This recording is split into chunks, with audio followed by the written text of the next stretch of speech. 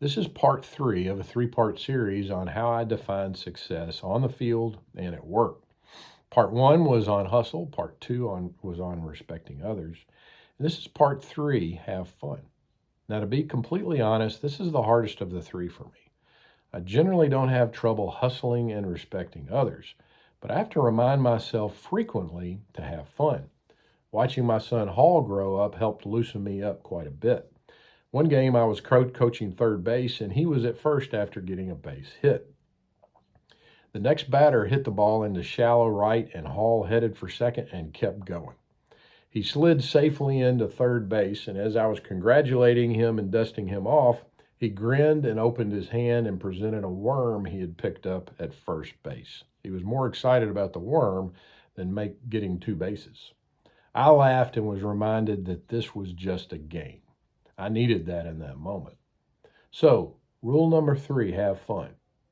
Life is hard at times. Even so, we need some perspective along the way.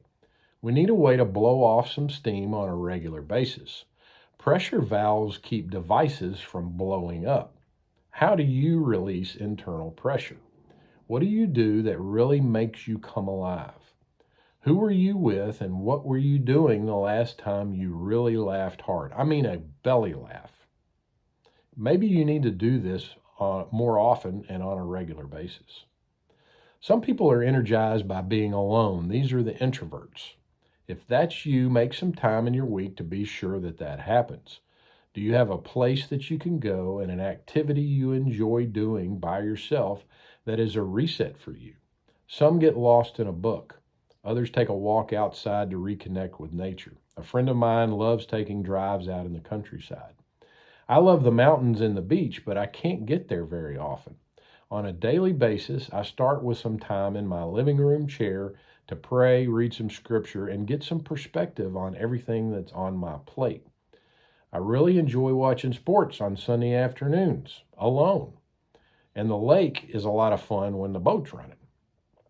If you're an introvert, make sure you're carving out regular time to be able to recharge. Others get energy by being around others. These are your extroverts. What groups do you have fun with on a regular basis?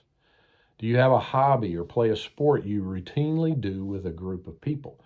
Do you volunteer frequently for a cause with others that is important to you? Do you have a group of friends you can easily laugh with doing whatever?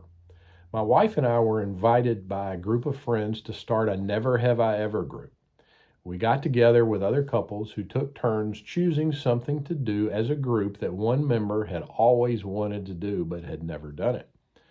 It's been fun to learn to line dance in a country and western bar, or, as my wife suggested, water skiing in costumes, figuring our way out of an escape room. My suggestion was learning to curl at a local ice rink. That was a lot of fun. And then we even hit a late night after hours dance club. The key here is intentionality. Now, we all love the unplanned organic times that turn out fun, but can you count on that happening regularly? Admittedly, there's room for both. The point is to make sure it happens for you frequently enough for you to get energized and gain some needed perspective along the way. Lastly, most of us do not spend the majority of our careers in our dream job. If your work is a grind, look for ways to tap into a passion while you're there. If you like to cook, consider bringing one of your specialties and sharing it with your coworkers. If you enjoy sports, consider putting together a softball team from work or organizing a group to go to a ball game together. This can add some fun to an inevitably mundane parts of your job. Consider creating a personal mission statement as well that will help give you purpose and meaning at work. It will also provide some clarity and a filter when making decisions about your future. Hustle, respect others, and have fun. These were three rules I came up with to help remind the young baseball players how we were going to measure success. I didn't realize the impact that it was going to have as I applied it not only to sports, but also at work and in life. By the way, Hall is having fun as a financial planner today.